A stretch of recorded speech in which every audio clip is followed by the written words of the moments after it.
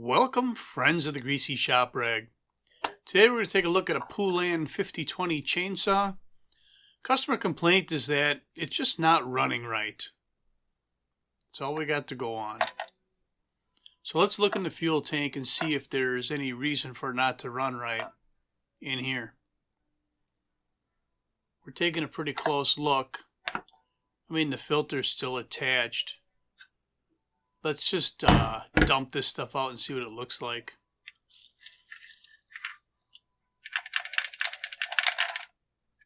So the fuel smells alright. And there's nothing accumulating on the bottom like water. Inside the tank looks okay. Fuel filter is still attached. And it's not all grungy. So we're going to put this fuel right back in here. No sense in wasting it.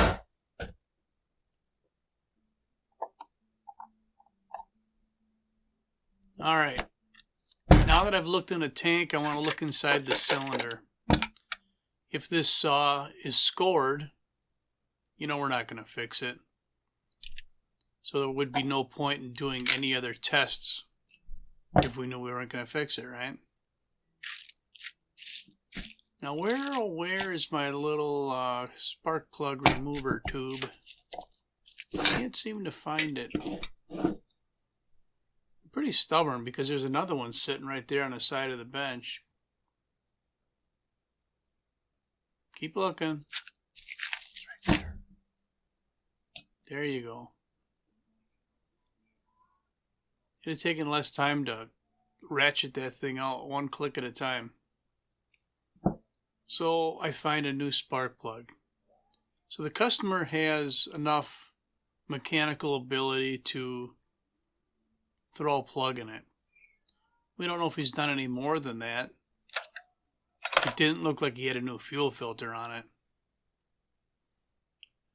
I'm really taking a hard look in this cylinder. You know, sometimes it's hard to tell the difference between vertical scratching in the cylinder and just oil and fuel residue leaving marks in the cylinder.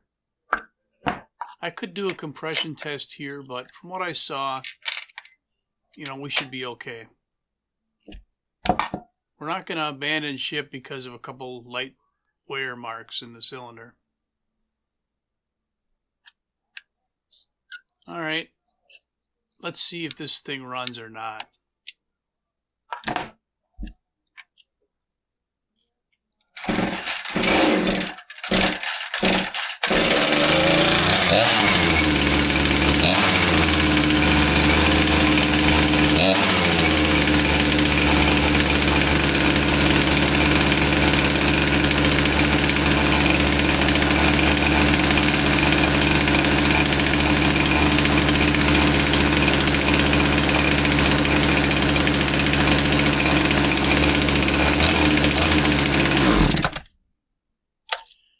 Well, he's right. It's definitely not running right.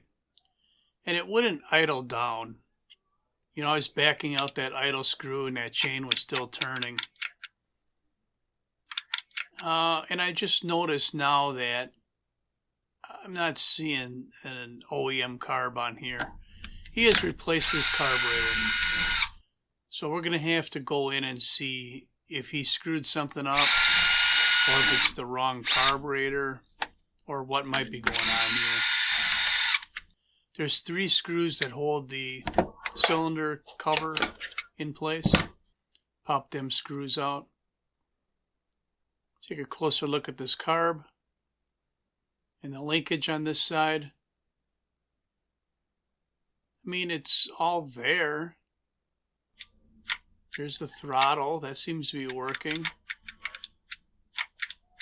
Nothing crazy there. Huh.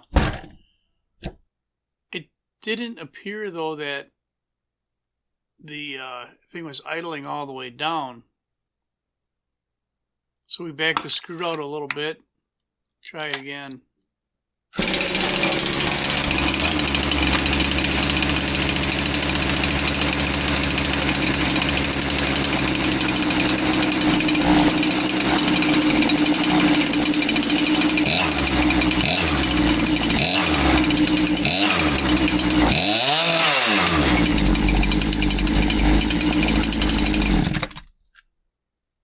So could that be it? Could it be just a carburetor adjustment?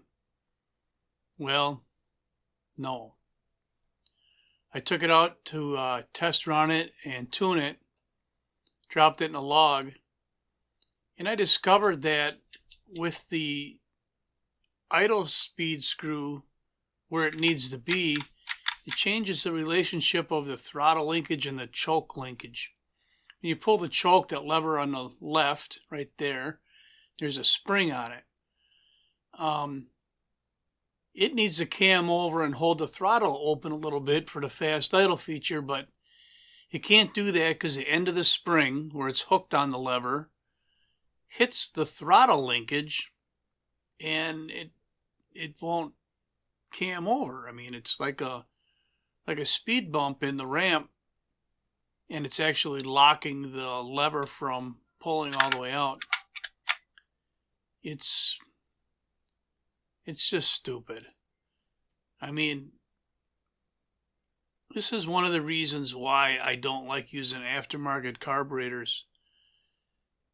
Sometimes they work and sometimes they don't. A lot of times their application is misrepresented and they don't actually fit the model that they state they fit. Now, don't get me wrong. There's a lot of people that buy a lot of these carbs and have decent luck with them. I have better luck if I just buy the original equipment carburetor.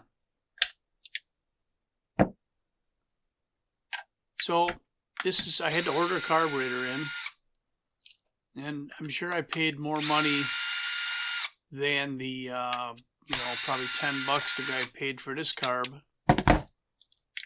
But if you have to pay for an original and the $10, you're not really saving any money, are you? So let's take a closer look at this again. This was a week later, so I'm recording this not really knowing how I'm going to be editing this video. But you can see that when I try and pull the choke, it won't cam over that throttle lever because the end of the throttle lever is touching that spring and getting caught on it. So, we're going to take this carburetor off. 8mm sized socket to pull these two nuts off of here.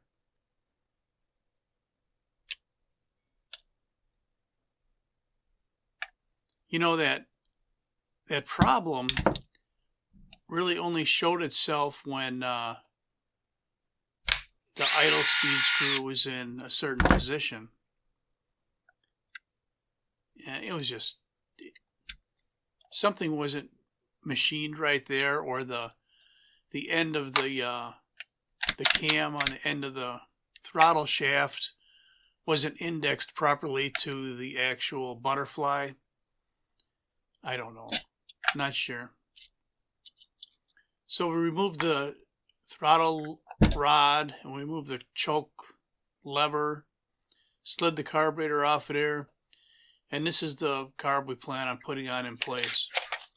If I remember right, it was $38 for this carb, which isn't terrible. But it did come with a primer bulb attached to it, and we're going to use that new primer bulb. Now you're going to see me pop the fuel lines off the back of the primer here. This is the way I did it. This is not the way I recommend you do it. I recommend you skip ahead to where you see me remove the starter and then just pop the primer bulb right out of its holder and swap the lines. It'll be a lot easier to see where the lines go, and I don't know, it'll be an easier way to do it. You can see I'm still monkeying around here trying to pry lines off the back of the primer. Let's just get this starter off of here.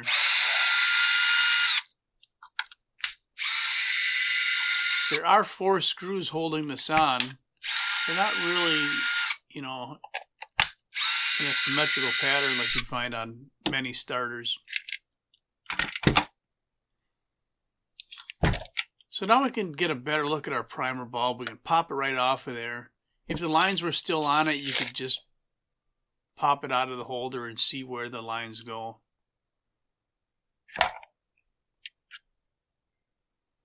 So this fuel line here is the main line from the fuel filter.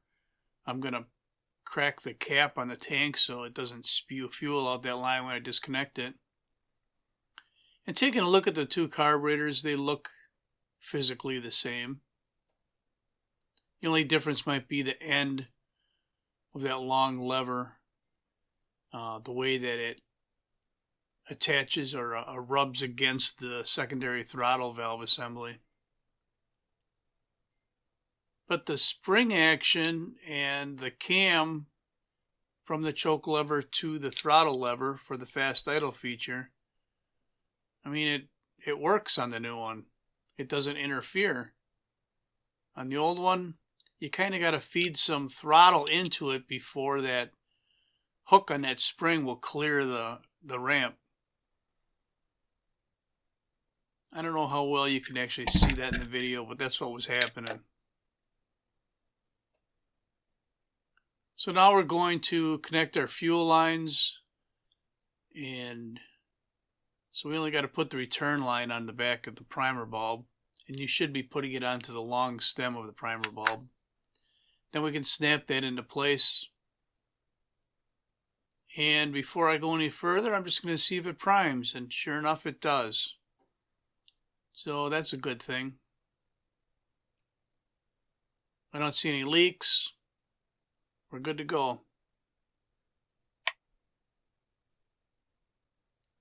We can put our choke lever on now. We can put our throttle rod in place.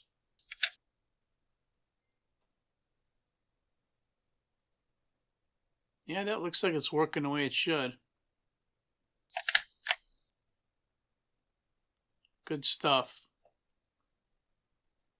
There is a gasket that has to be transferred from the old carburetor.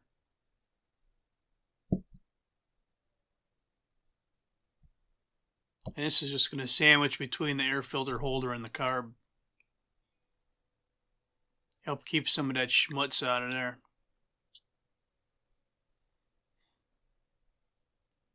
Alright, now we can line up the air filter base. Get it pushed over the studs.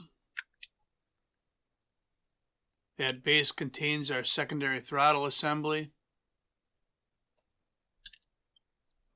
You got it on there yet? There we go. We'll get our two nuts on here.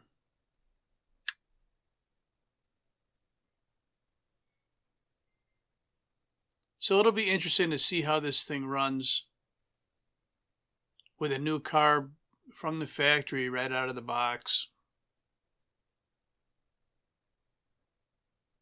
There is one screw that goes in here that through the base down into the chassis.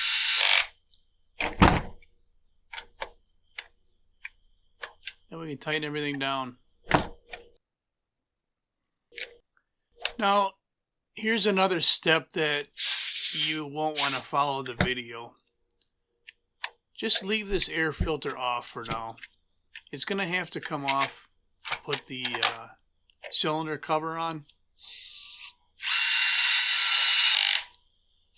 Get our starter screw down into place.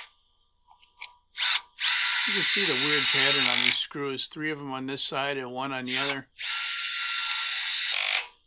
I've never seen any problems with this pattern. It's just different.